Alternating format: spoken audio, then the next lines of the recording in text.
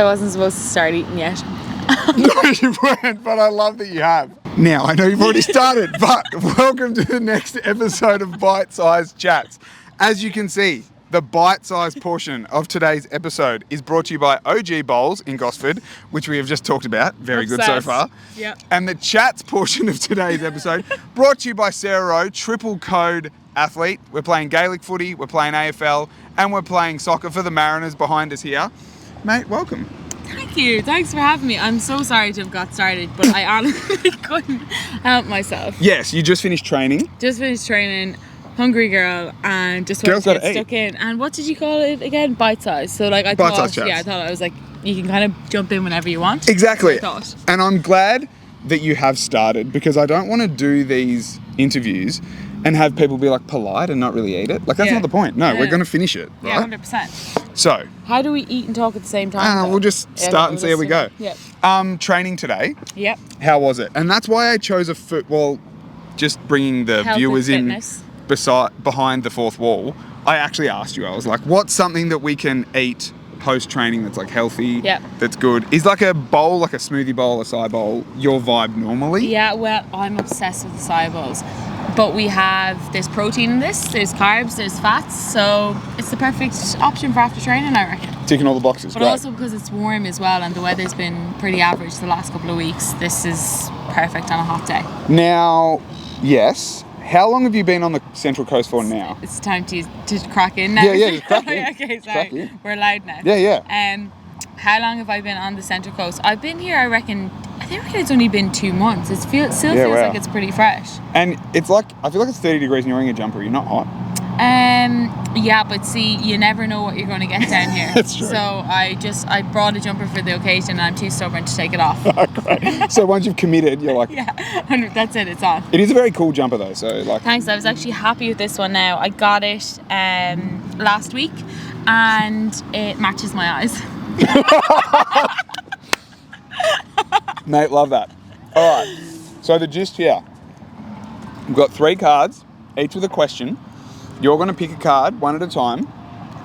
You're going to read out what question's on there. Yeah. And then we're just going to dive in and have a kind of deep chat about what the question is. Yep. We'll see where we end up. So, dealer's choice, take your pick. Right.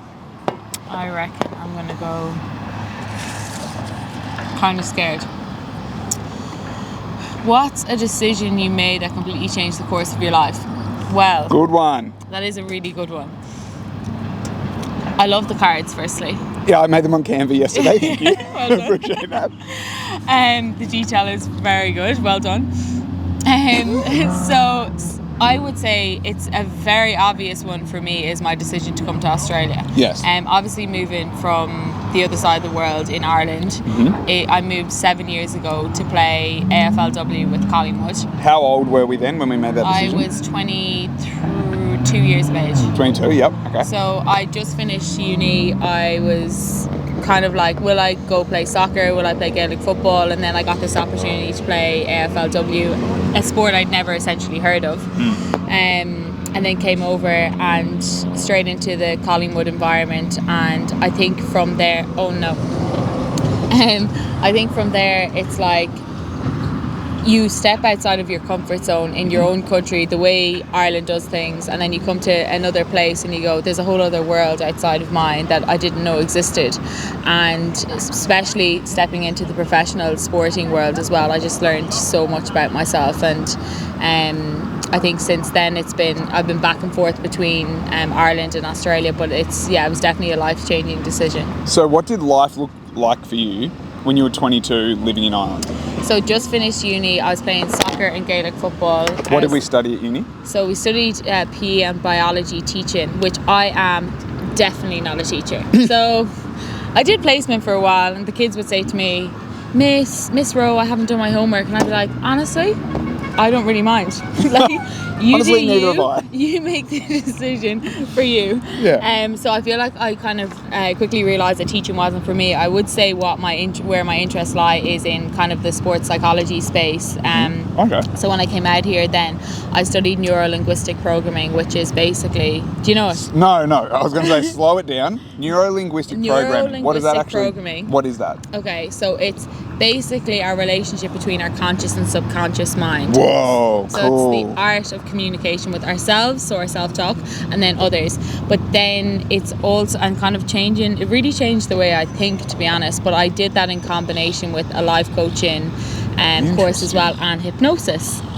So are you like a woo-woo girl? Brainwashing you. No, I'm not, you see. But Okay. I wasn't like, I was intrigued by that one because my mum won't mind me saying, trying to get her off the cigarettes. So I was like, I'm going to study this to see if there's actually truth behind this, and like if you buy in, like what happens. This is out of control.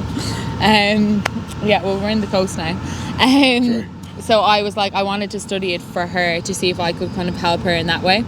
But I was always fascinated by the mindset space, and I always think in sport as well, like, you know, it's the person who has the strongest mind generally, who's the most persistent, who generally makes it at the top level. So I've always found that of massive value to me. And also just being like working in a team with people, like it can be a challenge at times, and understanding how you can better communicate with people to get the most out of yourself and others. So that's probably the space that I've been most interested in, and hence why I stepped away from the teaching and went more into that. So when you were 22, living in Ireland, and you said you were kind of deciding, like, am I going to play soccer or am I going to play Gaelic football, and you got the opportunity from Collingwood. Yeah. How did that actually happen? Because that fascinates me when people say, oh, yeah, I just got this opportunity. It's like, did they message you on Instagram? Did they, like... Do you know what I mean? Like, how does that opportunity... slid into my DMs. Did they actually? No. Oh, damn, that would have been so funny. But you know what I mean? Like, clip that part up. But like, how? How do they find you? Because obviously you were an athlete at that point. You were playing Gaelic football. So Gaelic football in Ireland was becoming really big at the time. We played in an All-Ireland final where there was 40,000 people at our game. Yeah, mad. Which was...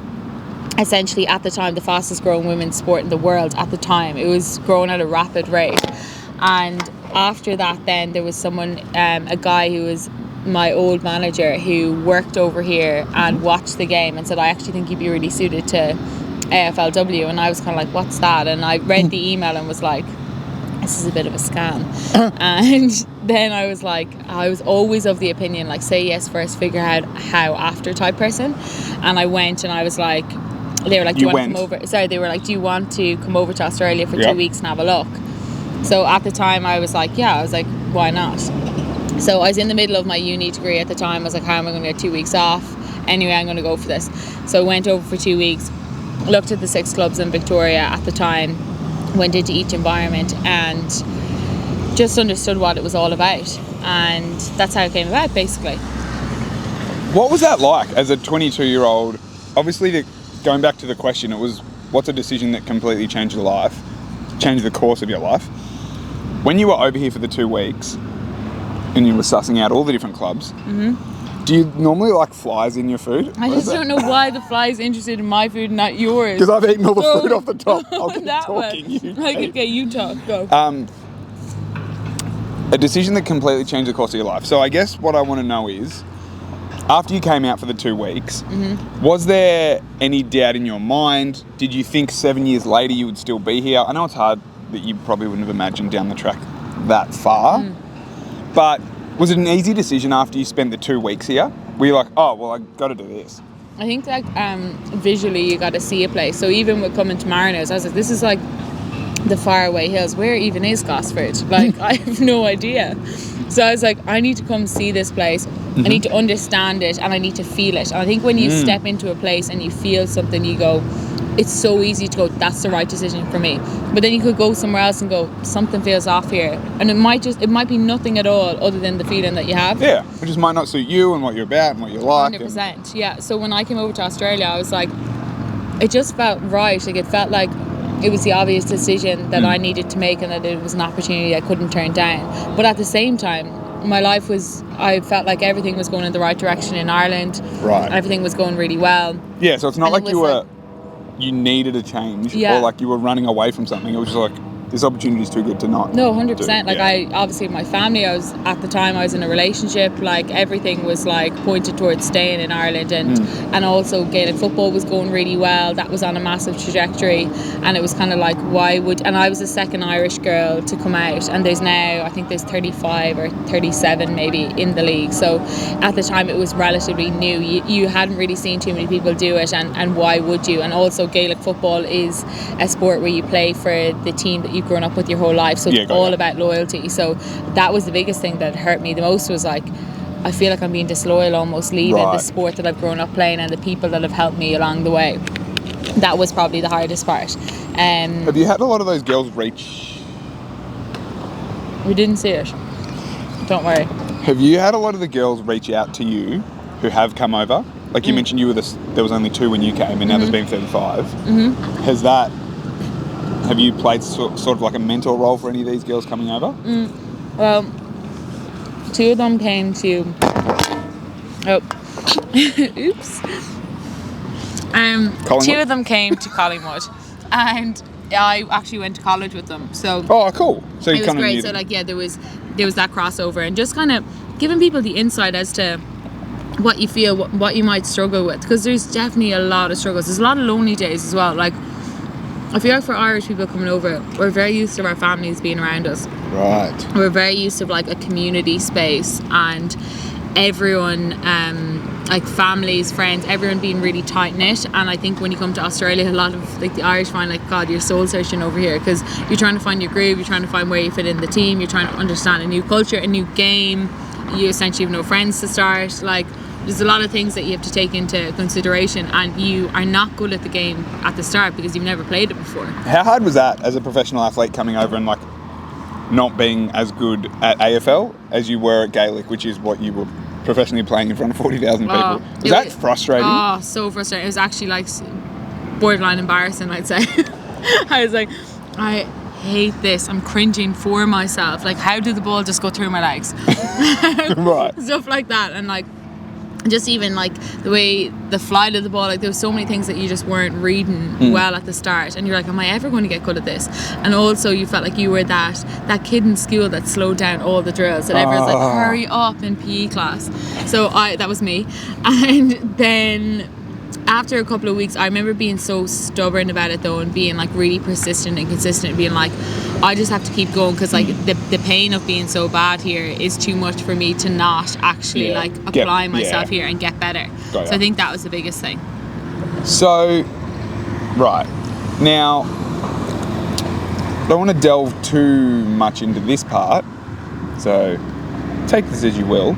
You mentioned you were in a relationship when you came over.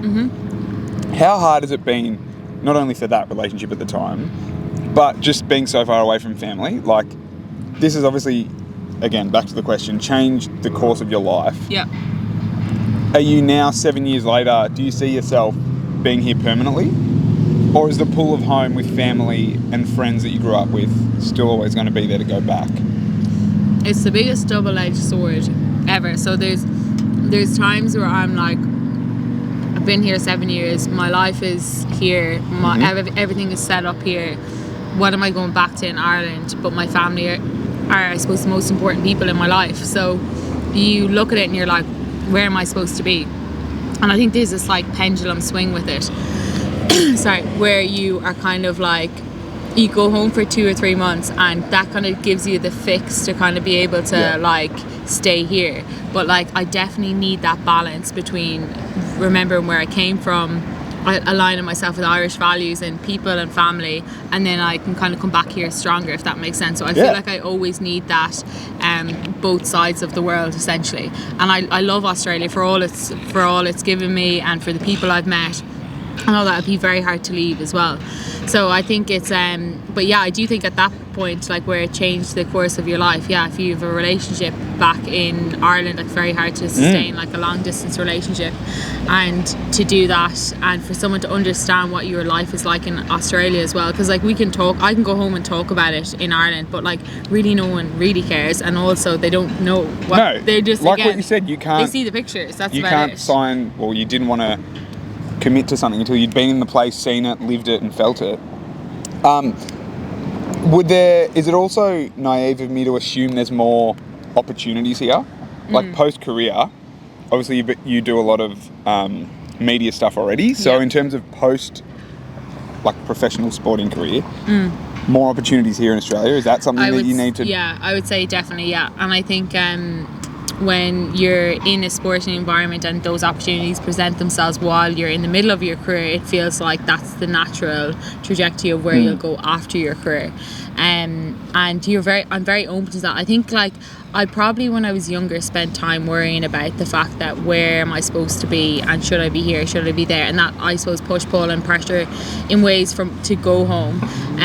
But then I've kind of like of recent times been like, I think my life will point me in the right direction. And like, you know, when you need to make big decisions, again, it's all about what you feel, but like when you need to make a big decision, something generally happens that pushes you in that direction. Versus you being like, I could spend all this time planning about, I'll go home in 2 years' time, but that would freak me out, because I'd be like, well, no, I'm not ready. I've got this much time left. So I think like, ready. I'm like, but I also mightn't. You know what I mean? So it's like, but I'm open to whatever kind of comes my way. I think that's a great attitude to have. You can't really plan. Well, just like life, right?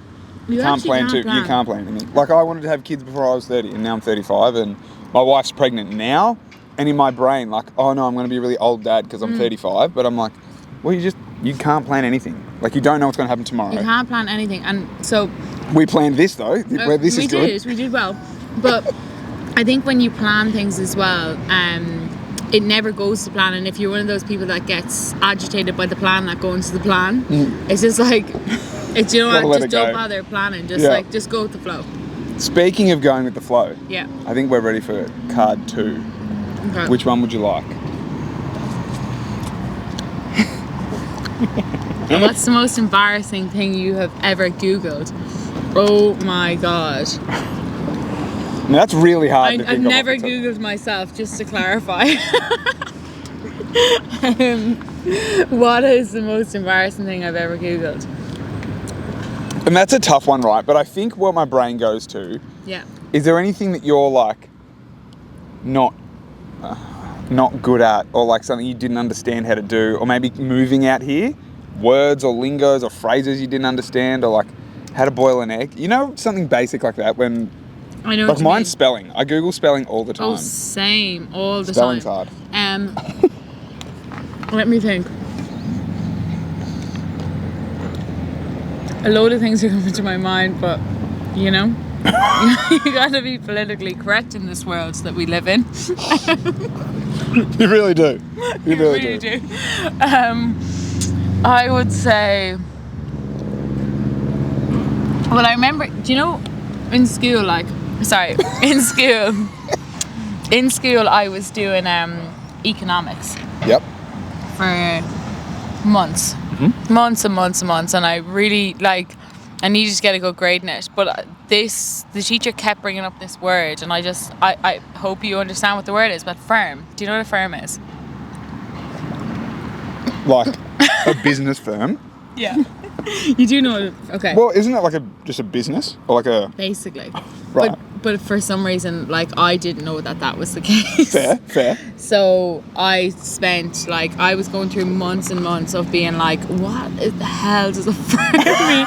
Like, it was like, everything else made sense, but then the word firm, I just couldn't get my head around it. Yeah, right. You could... Like, why not call it a business? Business. Just call it business, man. Why? It's like those financial people who want to put these big words on things that are basic. I'm like, explain it to me like I'm a child. Yeah. I say that all the time. Like, I had an interview yesterday with a couple whose wedding I'm doing wedding chats at, and he kept saying he worked in tech. And I was like, I need a bit more than that. Just give me like you're explaining it to a 5-year-old. What do you do? Because anything more than that, I just won't get it. He's like, I make video game items. And I was like, okay, I think I know what that means. I'm just going to pretend you make video games. That's good enough for me. That's exactly the way I speak to people. So, particularly financial advisors, so they're talking to me all this like lingo and stuff, and I'm like, honestly, I'm 2 years of age. Like, strip it back. And that's it. Oh. I went to the shop, I got milk, and I spent 2 pence, and I need to get a bit more money. You know what I mean? I'm like, perfect, I understand. And then I put the other 2 pence in my pocket. Yeah, if I had £2 and I bought milk, and that was £1.20. Yeah. How much money do I have left? Yeah, exactly. Talk to me like that. Yeah, maths. But like, on that, are you in like cryptocurrency and Bitcoin and like?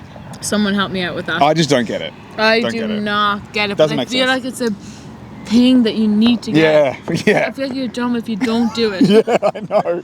Am I missing out on all this like disposable income? And I'm like, where does the money come everywhere, from? And I don't know where. I don't understand. I don't know. Where's the money come from? Where does it go? I don't know. Send in your thoughts. Yeah, please comment below. Final question. I got this one for you.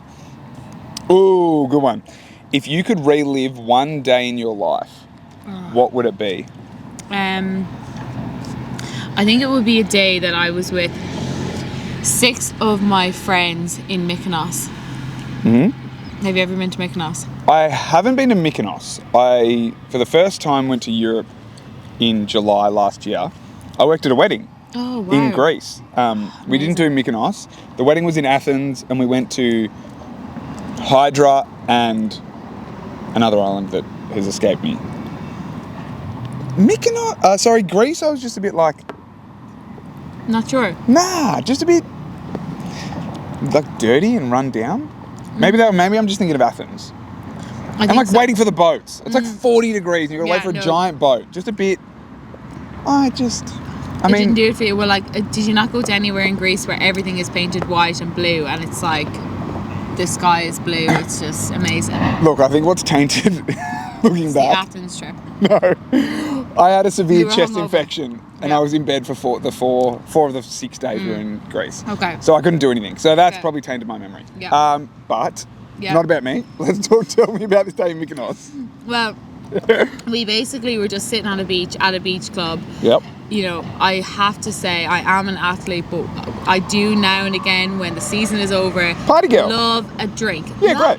Like, no, wouldn't say a party girl. But like you I dancing? like being home by 12 o'clock kind of sort of situation. Yeah, but like you're out there, we're But dancing at the day I club love vibes. a spicy margarita. Okay. Obsessed. So having a margarita in my hand, good company, music not too loud but in the background, and kind of music with words. Remember, not the techno stuff. Not interested in that at all. Are you a dancer? Sun is shining. No, I can't dance to save my life. Wow. Well, you're obviously very coordinated, being an athlete, and you don't know where rhythm. I don't know where I lost out in my 1-2 step. I'm not sure, but I'm going to blame my mother. She is so uncoordinated. So I wouldn't be one for dancing. I can rap.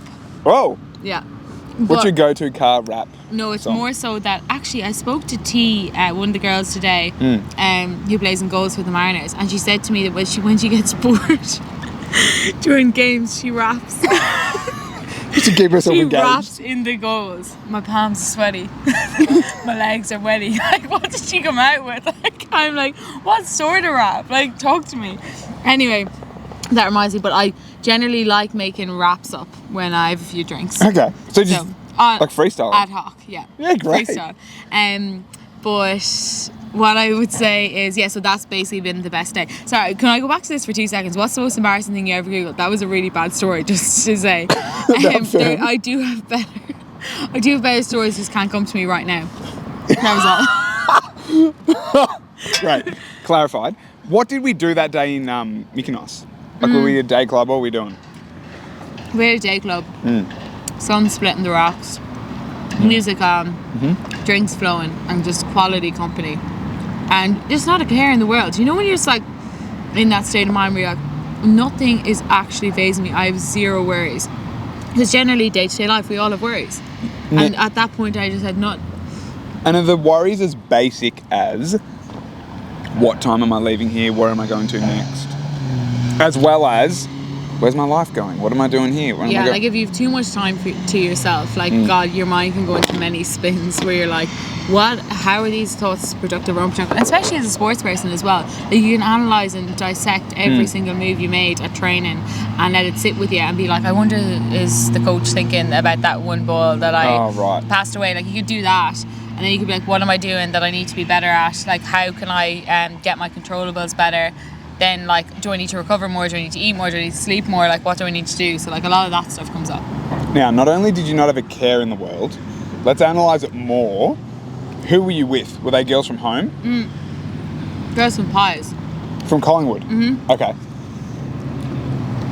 And how long ago was this day? About 3 years ago, but we all went and we were all in the same state of mind when we were travelling. We went and did a 6-week trip around Europe. Yep. We went to Ireland for 2 weeks. Oh, how was that? Oh, it was so good. It all made sense to the girls. When they came to Ireland, they understood why I am the way I am. Met my family. Oh, that's special. Rules are made to be broken in Ireland. No one follows the rules. Everyone just does as they want. Everyone just makes a joke out of everything. Gotcha. So when they got to Ireland, they were like, oh, this all makes sense. Like in a way, being able to show them where you came from. I don't know if that sounds a bit like you're an alien from a different country, but you know what I mean? Yeah. It was such a special time because I was like, I'm constantly trying to marry those two worlds together. And like, I want Irish people to understand the Australian life and Australian people to understand the Irish way. And then I suppose, to make sense, like, to some of our coaches, like, it's small things, but the way Irish people communicate versus Australians, we speak the same language, but often we don't. Like, we're very, I would say Irish people are, like, we make a joke out of a lot of things, but, like, we're also very serious. So I would say we take our work extremely seriously, like, in our training or whatever, but we definitely don't take ourselves seriously at all. Right, yeah. That's kind of the mentality. Final question we always ask. That doesn't seem to be a question. That seems like it's food again. It is food again. Good eyes. Good eyes. But we have some, I don't have jelly beans, I have Jell-O beans, which is like the Povo version of jelly beans. I don't know. But the question is, is it a statement? Reveal one thing that you've never publicly admitted before, or eat this entire bag of Jell-O beans. Oh my God. The decision is yours. Firstly, I'm an athlete and Emily would hate to see me eat those. Strategic. I picked a strategic thing that you wouldn't eat. Manipulative, some might say. Yeah. So to reveal a story, you know what? There is so many stories that I could I can imagine. I am a walking idiot. And I do things on the daily that I'm not proud of. Purely down to lapse of concentration, not a care in the world kind of sort of situation. But just going with the flow. One of recent that happened to me was okay, firstly I need to ask you the question. Have you ever been breathalyzed? Yeah, like when you by the police on the side of the road. Yeah, so what do you do when you get breathalyzed? You stop the car and then you roll down the window and they give you the thing and then you just blow into it. Yeah. So New Year's Eve was New Year's Eve or I wasn't there. New Year's Eve we played a game. Mariners, double header, men's and women's. Gotcha. Amazing occasion, fireworks after. I was driving back up to Sydney. Yes. And after the game? After the game. Yep. And there was cops everywhere. And I was like, anyway, the curly finger over here, you're getting breathalyzed. Excuse me? Yeah, curly finger. Have you never heard of that statement? So, is that an Irish thing or is that an Aussie thing? Confirm that because I think that's a... You think that's a colloquial term? Here. Yeah. Curly finger. Yeah, I have business to talk to you about. So, anyway, curly finger from the police. Yes. They handed me... They handed me like the walkie-talkie or whatever it was. The breathalyzer. Yes. Yes. And they said, talk... Okay, sorry. So they said count from 1 to 10, but for some reason my head didn't hear that they said count from 1 to 10, and I don't know why I did this, but I just like put all my lips onto the thing. But it was like this was the shape of it. So it was like this, and it wasn't a straw cup. literally ate the walkie-talkie. And then he was like, no. And I was like, what? I was like, I meant to blow, haven't I? And he was like, no, all you do is count from 1 to 10. Apparently, They can tell your voice now or that something. must be the new system. So when you get breathalyzed, you go 1, 2, 3, and that's your. Whereas I'm obviously thinking, you get breathalyzed, you blow into something. But Normally anyway, it used to look like a walkie-talkie thing, and then there was a big straw coming off it. yeah, and that's blow what, into the straw. that's what I was thinking. So when he said count 1 to 10, I was like, I don't believe you. I'm gonna do it my way. And 8. You literally put your lips around the thing. Yeah. And he was just like, no, like so frantic. What are you doing, kind of thing? And I was like, oh my god. And I just died laughing. I was like, you obviously think now that I was drinking. So we can do a full assessment. Like, don't worry. We can go take my bloods. I'm telling you now, I wasn't drinking. I am just a walking idiot. Did he laugh at any point? He thought it was the funniest thing ever. Like, it was fun. Right. I was like, I made your night. Happy New Year. So, I guess you could have also claimed that was lost in translation. You could have been like, oh, sorry. But you know those, yeah, and like, but you're like, how'd you get it so wrong as well? Yeah. The lips were on the walkie-talkie. Were you in the car by yourself? I had a friend with me, and she nearly died, like looking at me as if to say, "Are you for real?" But she was like, "This is the most you thing to do ever." Yeah, so. Mate, that is good gear. But look, there's plenty of stories, but again, I don't know. You fulfilled your requirements. I'll take these Jello beans home with me. Sarah, thank you so much for joining me. It was a pleasure. It was great. I enjoyed fun. that. I enjoyed the questions. Did you think it would go for this long? Because when I initially sat down, you were like, oh, only 3 questions. Well, it is called bite size, so maybe I was meant to be quick fire about it. No, that was good. Well, I call it bite size because it's meant to be a play on words with like we're eating, and it's also chats. Okay. But bite size obviously infers small, so I mean, look, constructive criticism. I'll work on the title. Where can the people find you and see you and You can watch see you? me, I suppose, on my Instagram, Yep. Sarah Rowe, ROWE123, and currently in the Cerntal Coast Mariners jersey. Absolutely. Yeah. When does the season wrap up? Wraps up around I think if we get to finals, the 15th of May. Great. And 17th of May, sorry. then back to Collingwood for Collingwood AFLW. are due back on the 15th of May. So there's a very close window there where you go from, And then that's your pre-season when you start with Collingwood. straight into pre-season, then there's a 12-week pre-season, and then into the season. Mate, well, best of luck with everything. Thank you so much for joining me. Thank you. Thanks for having me. Mate, we fucking nailed it.